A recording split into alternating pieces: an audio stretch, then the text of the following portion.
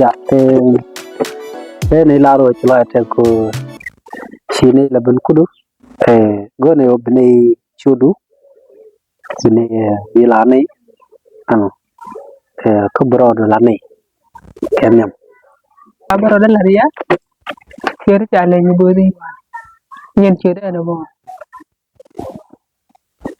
ya ni manda ni bo slide ate ko shine ben gi te mu gone long be bilane to gwa te ga lesson mi ko lat ka group dan chala no o jaguar kaka jaka resource ne ko by economic crisis la ta u je con ke je ba ko la la ka so la go ne o te ka mu go ne bne ba ku do chang bne te bne la tni yo kora go ne bne la highlight ko mu bu ji ka community dan ta kwa gwa men kwa ka jako cái resource kia có ngoan từ bang hoặc dịch không bây giờ na cái tai chỉ là được có chỉ là được luôn đó khả năng liền này thông ngoan mà đúng không em bị làm luôn cái point như tôi có cái gì đi kan community dan ta che quạt che cái jako kan bang ngoan dịch cái cầu okay gwa tin gwa no ni jo cha bi ti je Tokyo ko ni dan yang ban jo je kan chup kan ni dia la ko li pani te to de chi ling go chup kan bi fi po kan nga jo de kan chup ban mi je cha bi ti je wala so wa ala gwa ro pu ko community dan cha kala la kan ke so ki kan cha kala la kan wa te ba ngak ba je kan ba te ko gwa ni la char la be miran ke je ko do hor mi te tin no ka to ge ki ni la te ko gwa wiola kaje ka gwade wiola la te ka duar mu kujien go ne mele daro di ka mu to ka mu wi an mu te chu beni du ma di alta to ka chak chu bu ni mi ka chu nen ni gwa ci dor te beni du kaje okay gwa be wi te kaje la an me cho paran tiang nuara kana tiang nu ko ke te ka la ci kar de lut ki ci ken chat special te kon kel ga ne di chalu bu ni de ga mela gwa an ku kon ka ta te bu ngan ta te ka nuara ci ken chat cái con nhar bu ke bu te kan ga kal ci den mi te kan ga ke no te kan yin ke ti jek ka te ka ta go ba ka ke no me che bu la de ko kon long ko kon re ka ta en ko kon ko fer ga bu cha ba je kan go war kon ko del kon ga la so ne war man ka bu ka long ka de let ke bat gwa no to wan ne kan do re ken nur kan rom kan ga nyar war bu ta ken ga del go te kan competition ke wu me cho cha de ne mo cho bu je la lo de me di lo wo cha gwa cha ga ja ko ken ba le ke la ken ko ke kwa gwa man ka dur ken jen ti ka yin mu sin ga je ke ti ka del gor ga je cha pu yo gwa de gwa no tin ka dur me cho bu je yin mu sin ngwan ne gwa bu tin ti ka tin ban me cha bu go cha ko ka gwa mu ti kan dur ngu bi le gwa dur ke na cha je go ken gwa ken cha la ke kwa ti ko na ka la ko no kan me cha bu je na mo weje se do nuare che ba gen weche bu ba o che do nuare che ba gen che bu jo nuare la tok mu gen aren ka kwa ki gen aren ko cha nyet cha ko kun mu mu ko do nuare ha ken ro de gen sara ti ge jen ti je mo me an ti je ro de che bu jo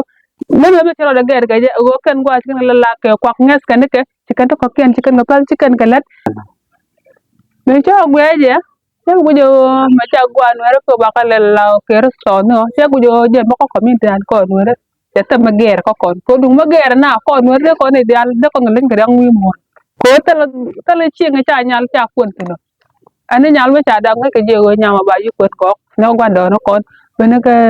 ka dor do ko tine do je o ne ideal tala chi mu cha nyal cha kun ko ko la ngu ti ko la o mu chi ko ger ga je ka nya kon ga del kun ko mu chi ko ger ga je o rek no de na do ba chi ko ran ger ga je ngam ko duor mi te ga duor ma ngedre te go du la ja pe no di mu de ndi la de chang mo de di duor di wo jit be jit pe no wi kana mo ko wi de lat ko te ga duor ma li mu ku ji ba ga je ru nya do no ba ko no ru ke no sha ba ko dum mu ko le ke na che tar che bu chup mu ku yo li ban wale e nya da ba ko ki ni mar ba ko mu ko ke na che tar che bu chup kujiman jak yede ko bate bani no baga na be tar we chumu ko lo kan jin bu ni ka ku ke na chibile da wal ke o pro lo ngale ka ro adu da to gbo o de ga dang de kamandien ki ga dang wal kamandien dang de ka te ni mandien kel ba de ga nyut ba ngo me li kan ni mandien ko ajen bu ko kwen ga jamono de ka la de ka na luk de ka tam du ngwan de ka na bang de ne jal tang ge nong de ko re na ko ci taman ba ko nya lu ngudet bu ken ci anu ko te to ko ken ngwan te yer cher ken dong mi da ne to nya mo ko ngu ta ba le je ba gwa kwa bo gwa tam ni wa bu dong le lo te tin de char mo de dong de lo ci du de ko bu tam ba ko ni man ko le mal ta wa ba tam ne be wat ki be wona ka gwa mo na mo ko ra ci mun char ke o en ballet bu ben char ke bu ben o ba je mar mo bali gen la du na mo ko ra de yero kon were mo ngi kon an tim la no nye kon ka cha fon ke ko ci jan la do ba lo do o yera do ran ko ngi kon de yera ya ko mi mete ko do ba yer tek re te ka dan mete ko do ba yer tek ta kon pe no cha lo kon no ma cha jager Okay. wa ba la jager ko kon Okay. Okay, yeah. Dia si Ryan go long si galat. Kala take el go robi laltan long. Ata si poi lan ne ye more chicken wo invest chicken tede. To do re. Si ja. Okay, angudi lar ke la message. Angudi lar ke ken ye more chen kwala chen no ador. Chen kwala kuna la gak ke jog dien. Angudi lar ko la ken. Kota chicken a lok ka dor ka chicken a lok chicken dur goro so ko jen do be kulu bi do wudi kam ke la message ta ka ke okay ala me de kam nyama ala ma te ki mi de lar ke ko to jojo ken cha la la ke ko ala en ran ke lu en wo bagwa ko ran ko du chak la te ke chare ki te ke dunga menga je ko ran ko da kam ngi ngwan te ke je wo lar ke je bo chang te ko do mu den mi yen ji la tin ka char wo mu bi te du bagwa ga ki bi da te ke je ala kan nyama ki gwar mu de lar ke o de ko je la char ya kam ko no community ko te ka tam te ke tina ben ko ta ni ngwan ko te ko re ga ben ta ni ngwan ta ga ja ko gor ket ala runte ko te ci wa kan runte ka ce joy ci ka te ke de ande mene kon gambel te ga gwar ngwate yal ti duden ti ni dun gor ko gor kan ki bur kan klan ki bar ti ka tel tam ko de ga char badem ko de ga char ke o bo ba ko ne ke ki bu ko ne ka dum do community ki culture ko kon jatin la ya ke won kon la kon na rana ya team ler kan ta ngi ke jike de chen e chi mo ra kan diet ku dong de je ko to nyango ate mati ate liep ko ni gan mor ko bu ko na ji jin ti ro do ji kwan ke gwa ko mu to dong de la ji to la la kan nya la kan na ja ko be share ba jen kan mele de no ko ngi kon do to ken ha community ki ngi kon ngade gar wa na la kon ti ka ja ko bu ko nged dan bu ka de pinu let kon wala kon mu ngi kon e o te ka to ko ke lat ko kon ba chieng ne la le che cha le ne ka ji mu yo chieng chieng che cha le ne ka ji ma la ka gu ji ni mor mu ti jo ka lu e dog lat ken ne ka ji chu ka bo lat ken ne ka ji ba nu yo ka ba lat ken ne ka ji bu kan ji peno di man gwa di lat ko ku te ko bu kan ji peno di lat kon kan ni da lat ko ko let mi gu je che mor ni kan ji le do ban de kan ji no ko je len le kan le ne gwa ki kan je gwa ji ne ba le di lu ne je kan je bo on go jin mo gor jin lu ne je ba mu ka ne che bo do je che bo nyot ka bo nu ma la da i to na mo po ne be ja ko se nga plan mo gu je di lat che bo pa okay je da de ka nyama de ko je ko je ka ne o de kar de la ka je ndo mo ya de ni la ra te lo ko si ti tin tin si ne gor de ni ti ji si ko lo ko mat ken no mo so ko ngi ko ne me be la to ka community gor ko no si ne ti chit ki ji ti chire ko mo shi kana ngat de community be aware ko bare ko ba sa de ko je mo de ne te lo de ne la ki ji ko ta mo no di no ko di influence mi sit kan mo de ja to ka community kelo sit ka la na ne no ko bele ju ko no wan no ko ne rep ko tan wan so and thank you yeah brother Jan take to go to go kon mo kon kana this time based on time si madam che clarification ki introduction ka man lat kono ka man gor ko am tiki so goro take to di matan long ka cái dân topic xin này topic đó có là bệnh gì ở đó kata mungkin juga ada kalau gua ada dokter kalau gua ada master bukan gua ada master kau ada ni dokter kamu wakan gua ada engineer enggak salah ni wakan ke ini professional ni dokter professional dokter ini gua ada itu ke medicine tuan professional tu so dokter so gur kono bukan jako ba clear lo no ko jakon mo ke clue ni mana na so gur kono bukan ni pek la men che yar ama pai ni mana men che yar ko doran amu che yar ko wundi gujaratin che yar ko dor amu ko ni ka yar ke di ta ka dor okay kwa so alala sanaman ki engagement ngeje kwa chagamen ti ni boda lat ne na kenyam ala ken gwa ko community dan ta ka bala ka reso ni la to pu ta ka bala ka reso ni ko the economic crisis they solve the sit ko economic gor ko kwak gor ko ok gor ko yo gor ko ning te ka ko ken ba chegata rechin ala gwe je wona na mitien kanyal na ki problem dun ja to kia be loko be in problem no kun bien ka solve ke one of the problem is la gwe ba ka solve ke chega jen nyal ba ka bala o me kwan ke chang ba ka bala o me kwan ke chang ana do mo che ke ti yara men kul ti che ke ti yara ka community ala ke len yara ke nyam apon nyaman gor ko ne na ba kwen ke ba ka bala resource me la daje ala men yaratin yo en nyal po ni jen ni cha kwen kie cha ja ko ne na ba kwen en gwa kwen ge tino betel freedom ko kwana ka one of the reason jegeta ko ni cha laru ne ne mala yara ke nyama jen nyama dana kwa kwen po ni ala men la yara jegeta ni tien ga nyima nun kel ka dong ga yen woni ti chop ka bakel la madun dial ka jen madun ka jen baro gwamo ala nyama kel mo mi chiram kel dor mi jek chabre dun kwane lar dong mi chiram kel dun cherut kenya ba jen ni madun mi ba jaku ba kwen accidentally adomi ken cha dong ba kwen da mi di wal rami chanok mi te ka kwa ramu mo yo wude dore en nyamo dong ki chen ken bogo ba yu chang ba yo je ni bi ko dong kwan la dong chi nyi gen chaw de ke reason chi nyi je mo sita kwan la dong nya la aku we chap dore u ne da ka yo mi jen da ka ko jen la dong chu ko ba kamere de da la mo ba yu gi ne la mo cha kwa na mo yo bi kwa chen chaw de ke bi gi yo mi chi nyi barabar chema bar ro ko de chema ne ba yu gi tar mu ka ma ter yen dong ble lat ne man boy ne en sai je do ba dan ne sin de lo ka je ki de community lo ka je o de ka men ki de la ne ba che ju ko no mo cha kwa to ku ji mo ba yu ga ba wutti bu wudu e je rizana mo ba yu ga ki no nang ji ko e bla mo be la ka luk chaw de mu luk chaw de je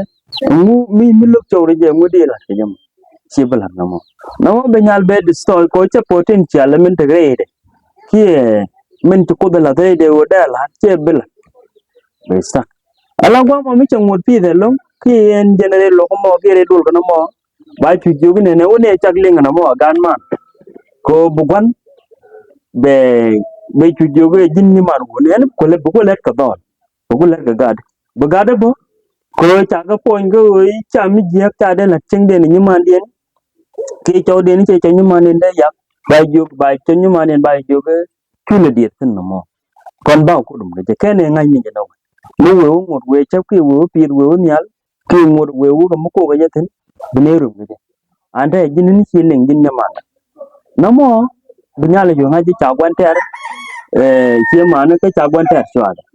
bi chu chi ngaji be potential the key talent de la be chu destroy be chu tel no be chu chiang ala mi chiang to lelen be chu chiang no kela mo yere mana dien no go community dan ki yere go community dan no ko mi chu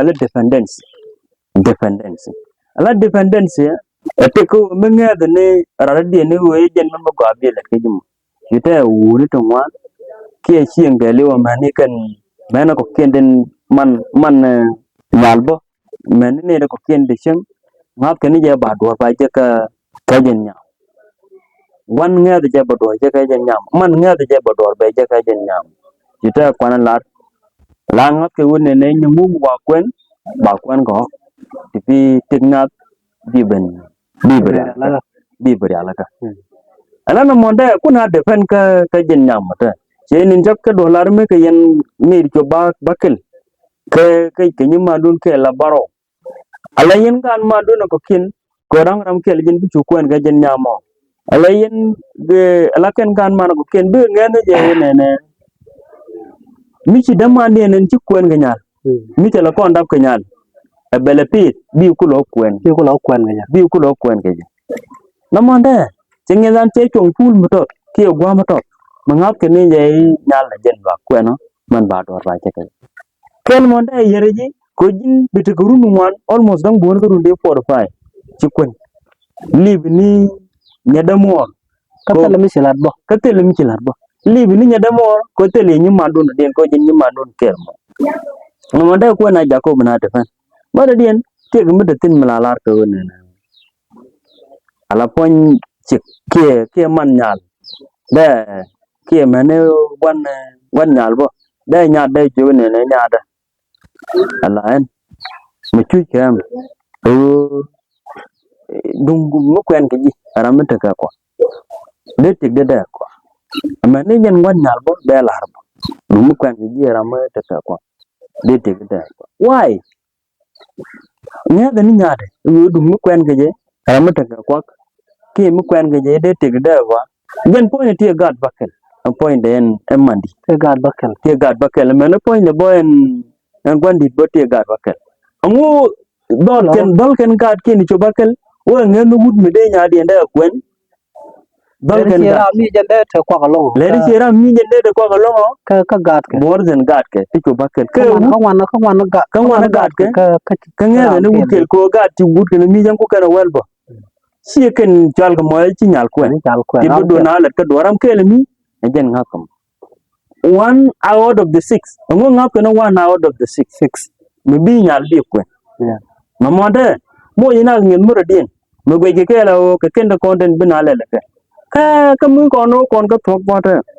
te yang ngu ne ko comment ta tala ya jana ja ko jina depend to banga o ngap ke no mi ta nan ma ya kwen another reason no conflict no conflict ne re community kada second kon nuar community no conflict kon dia chit ke ta ani ngi la ra la ja chong bi ta nyal mi ya kwen bener bi chung bi bugule no bi chung war gudo ko ken wayno ku man mo le no ku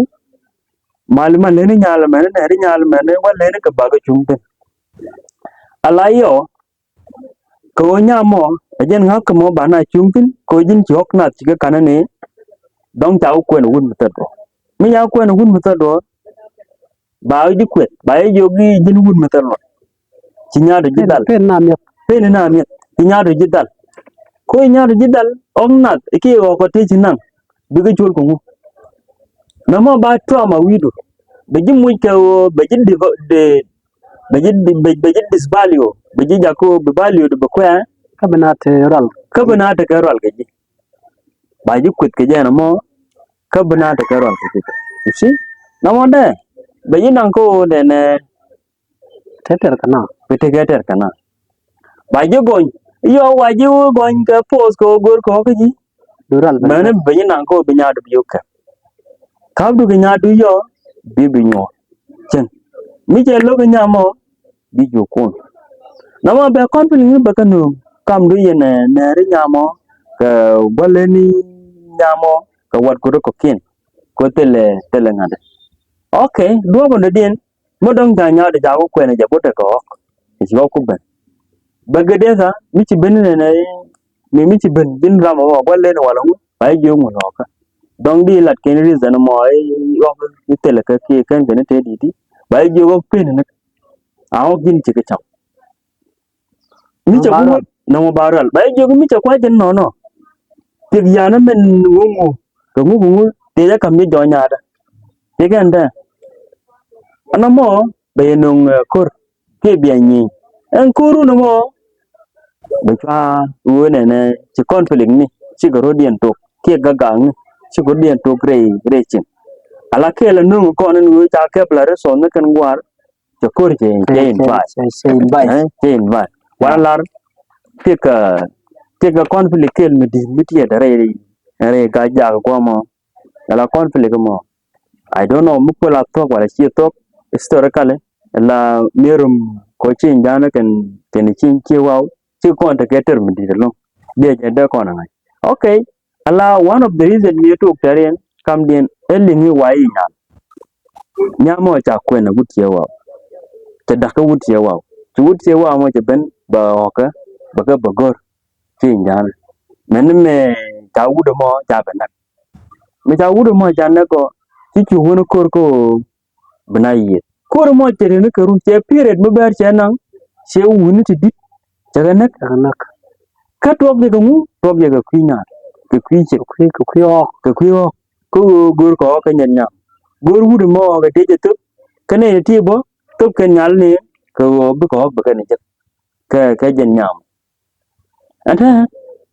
Hello, Mirior na community ka. Mi ta na defending na mo ka long time. Mi chu gwana kon sig defending. Ke chi kon be defending pota kon generation me. And mi non community dan go chebe tu. Ka bendung ri tu ngwan. Te be tre.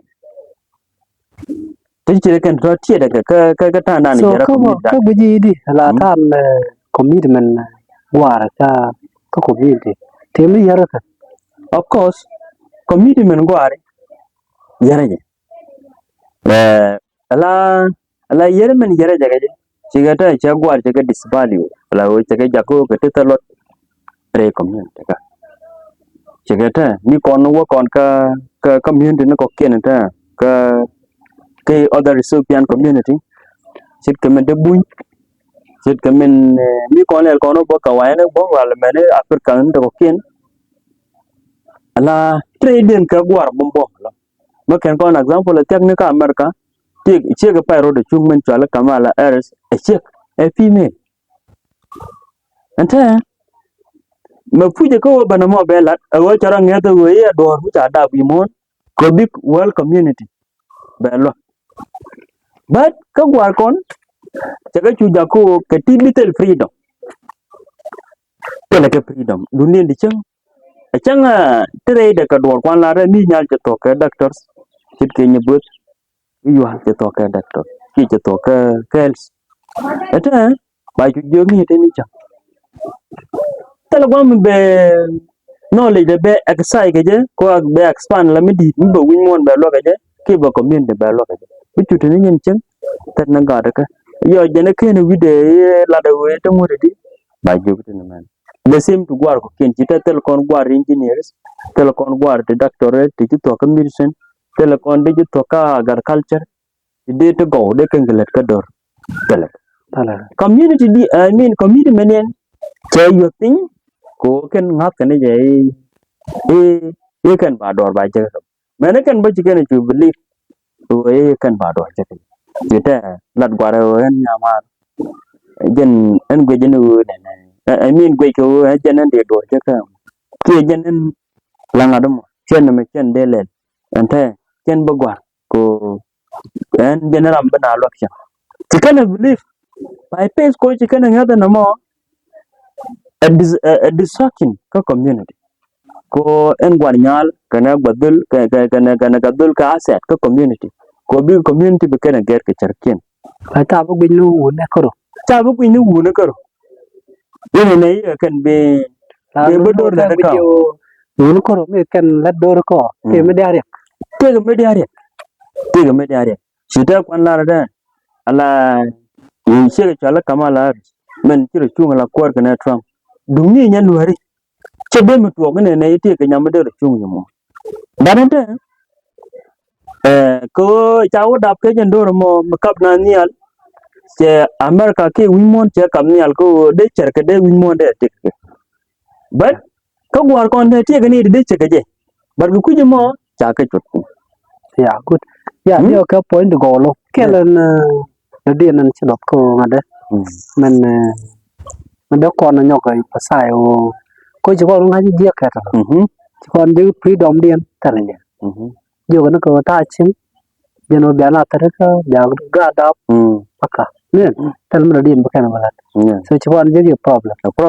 ko dien ji kon je go ja na ko duru du wana gujino ni mo jambe ijen bu kuen ka jo so ko no da tam no di ba west alo tel ma dong ka ti ka long point bu di let ka je bat bu ku lu ni mo so che we dan che ju ja ko che chu tere bat ko ta ba do cha che kan chi sina ta ke long pe ngak ka no wo ba je ka gwa nyen cha lo bot ko ku mo mo da no che commit mun gwar ba che ju le ba che ju yat ko cha ka di ke ko biya la na chi ma ka ya da ma ga na biya na biya la ngi bi ta lo mo da biya la nyen che conflict nun che ka su no che ka conflict ko ta mi chi mi ka nya dun cha ko na wu dun tel ngade bi ru biya ru yu ka kana kan ko wo yere am ko cha da ko ngon na nya du no ka ta la ko okay ni ko ngi ni ta si ko la do cha kwa problem the con solution that I con ko la ta data wunda solution no ta mi ko ngi ka ni kan den ko chut kan dor pin kan ta na ko kwa umen kwa jakka ku ka ngwan ta ba wa ge the con jakko da ba data da ba di of course no ala badan da bad ke je o gor kon do na the con prioritize the value of human being value of human being Allah value of human being key purpose of human being any human we want da ko je ka purpose tik dab je ka lot dab je ka lot ko ti ke rule be play vi mo ti ko bana lo ka je Allah mi cha ngaje no mo en wo ne iran dab de ko ti ko lo na wi mo ta bile use ala gwar kon ci kon bile use ni ka ko bo kon ka e bo kon ka ko ke bo kon ko kwen ko ba dor ba je ko te je la le de la wala je ko ka na ke ala wudin ci nyal kwen ba frot be nyal be jone nen kwen ni ko ga de ñu chang le de mo kwa ci ka example kam ji ni dong mi che je ka da dong mi che je ka da gwa dong mi che je ka da mu le dire stick kan dial to ko che o kel ga widu yede me ya yo me ya nyalu ja ju ko na wudu ci gor accident le ko tawo jaku ban ke je ko ba problem de man ba do sol ke je wudu mo ko che gor ba nyal jo ci gor okay wudu mo dong mi nyalu to ga ga wala le de ko be nyal jo ci ba ala na mo bele to ni te mi ci ko na ngadi ne cha gwat ka wona te nyal ba pit tit ke man do ba train je ba train gwa ko bana lo ka do mi mo ko te ga purpose and te ga purpose lo no ta purpose and take kana chiu na ne ki ba ju le lo bu ya ta de na ga ya la ka be ni ke yo ba ju kwen min ni ne lo chiu ba nge na je na ya ba ju kwen e ba ok ba ga je ke la ba pa yar ta no din chak dik ko lo bi chak ti ke lo na wa point na ba ja ko ba ya including chieng and tifen la chieng more man da ko jiten bi ba jinge ko di mo ko di la normal kwan la ta chi jin da mo ko kon ta ni ma nan ta ti ka lat ku medu wal ti ke tok du meta ke ji normal ki medu kon ga ngati ching da kon in bolo ye ko da let kon ko bo da kala da gwa da let ke tuk ite medu kon ko yo ti ke million ta ke million wal ti ke yo ka ta ke yo bu kon ngi ni bo ko do banana let kon yu ke je kon kan ma ne ki yen ji chinga mo de da kala ke jab urun mu wa kwen yo kwen o ben ba celebrate ni je ta gwa lo no na no ni ser ko ba ku lo ni me ni bana te ke la la kon ka kon ni tin gan man ya brahma let kala de brahma let kala de me ni jen nyima nan bo ki nyamo ba belet ba en bo le jere le ching ko la ka jan mo goro kon cha kon te gwa na kon ko ngwa chi kon nang dol gor ka dunara gor ke je ke chi kon ben he ne jaramen bu kon kwen ke je bu kon dor jet point lo ta ita miti ka me lat la de ka ti ga yo to wan je ka ka ta ka lat ni la ka ta ka yo to wan je ka ya ita kon kap miti ga lat la de la yang la ya ko ka pai la yang la ko ka pai no ta chi bu lu no be wa nya ma ro kwen be lo yang ba je be yang dong di je yang kel chi at least dong di je yang kel no mo chi bu mo ka problem di ni mo be ko yang kel di je ka pai kel ka wa de no therefore lu no mi chi go ra ko let kon ala kon chi kon ngem na mo let kon ma kan ba mo ba le ko chi kon bu no ba ko chứ con lúc này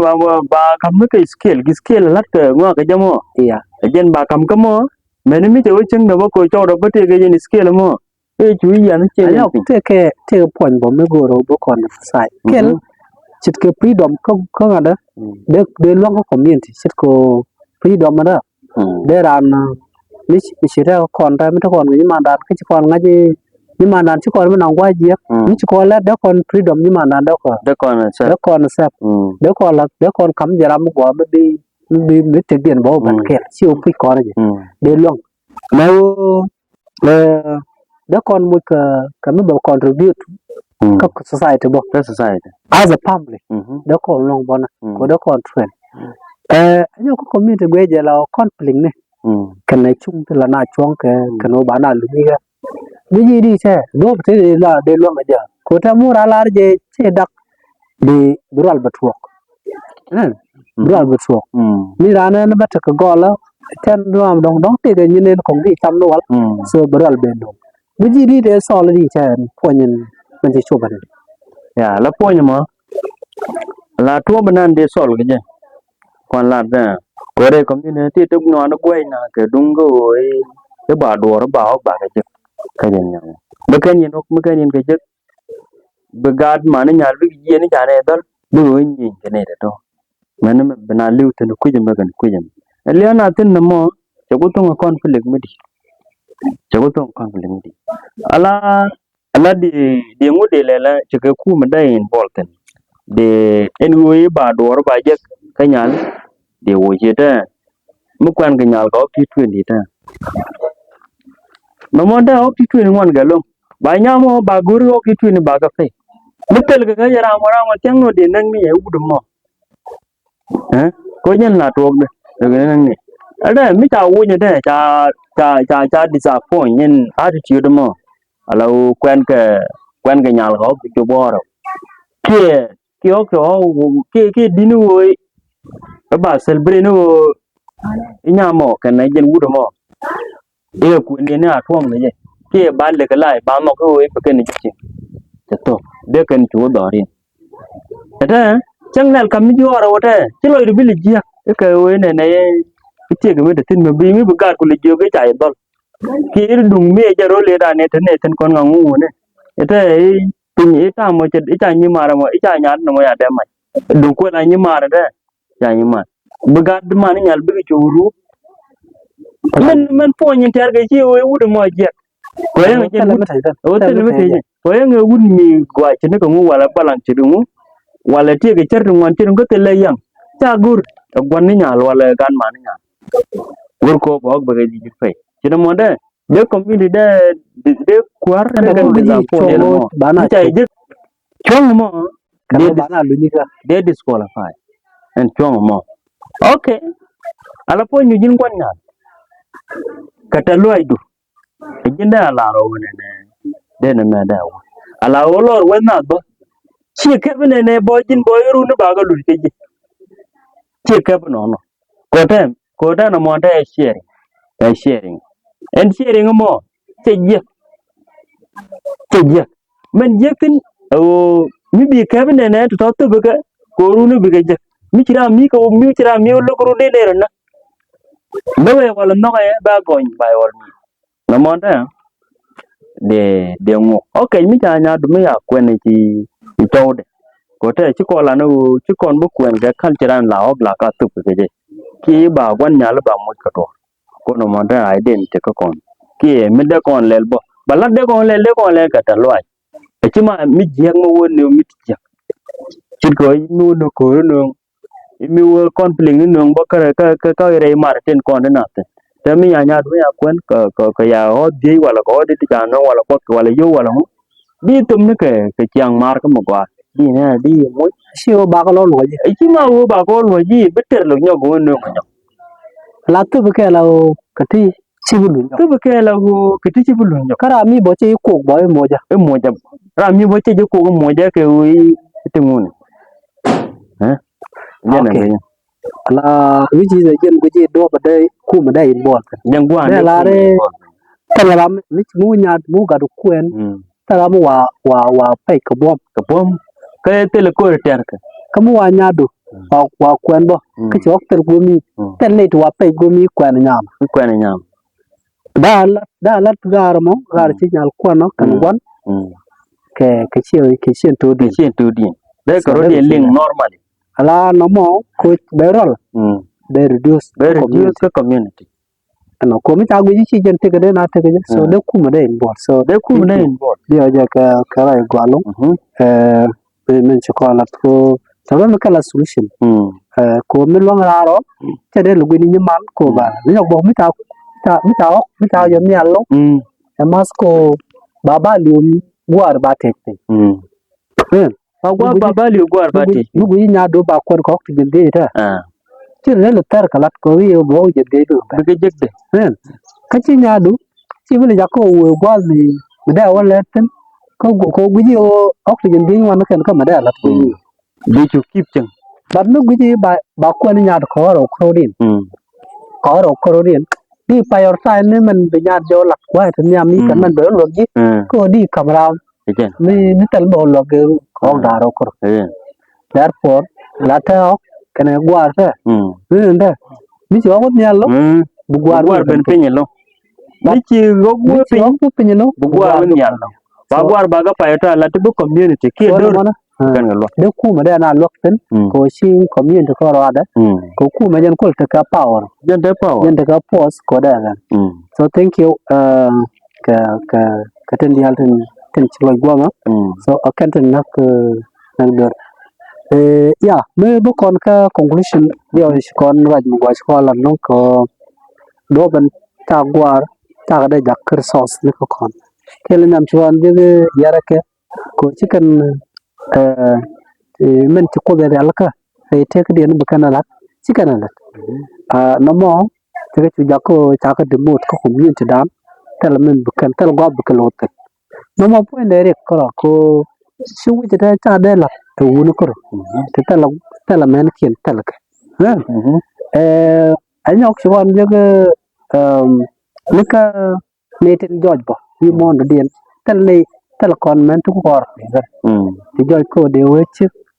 chen muare na chana ma cha master degree te ke specialization doctor mugwa ko no gur ko no te ke ten ku lel chit kam na cha nei ten cha ka ten ku lo no ko chi kon rodan da ko ku kon tan no ko bu kon wa kon de so kela de ka mandelo kon tan de mo ko bu ko let la kon ta ja la ne ko bis kon let la kon chi kon bel gu ni kan ne to ke gwa ko bu kan mo kon wa de kela de men de la to men de no ko de la do de gwa da ku ma de community de gu te conference kite ngu de ku da no ko da conference da chol da wi ta wo ge je ko kwa gwar kwa da kersos dai badut ala wi mi change te ga tang wan la ek fer te tang wan la ek fer te da ya ya te la ek fer te la chao kri jim sini no wal ko na no tan ok tang wan tan tu ngudi tan so kwak go ka no wal bat ka tam ji kon nan no si kwak ki ga na scare ci ka dak ka ku mo ce tang wan kan ce ga shuno la problem to la kai balu ku men te wi la ga guje o ngu we je ko community en te ka ta namo ko mino conflict ba gor ba sol de ni na chup ka rek ngor ko ba gwar ba kam ne bu ku ba in bol ko ten te ka power te ko long ko ba gwar ba kam ne ko dong de community ka de mot ba bu ku ka kam ne so de o ja ka kan sa ran cha len o ku manan de ne no ko de ni request ko de let no ko mika mten muy kontar sit ko ka chung de ra no ko de no ko pam le ni cha gur ko ne de dua la jen kor cha ne ko ken cha bo bap ken wana pek wa ngul dit so cha de go kenyok um luni ka bo ko bara luni ka so da plagos karan no cha ran de ko bo nga ka cha ko luni ka ne so no mi ku mun jalat de tare no da karbios kenyok telari ti de wa ko kana bahak ko cha nya de ka no kon ko so no mana de recommend no ko de kuma la kuma dan de gwitan no so chilo ate dalo ke tan sia link je ka charun palpin so ka kon group ka man chale new use and to exploring ko nong new biane rep ka char long ko ran kam nyal ko bidran be jo chala mo so an chilo ate thank you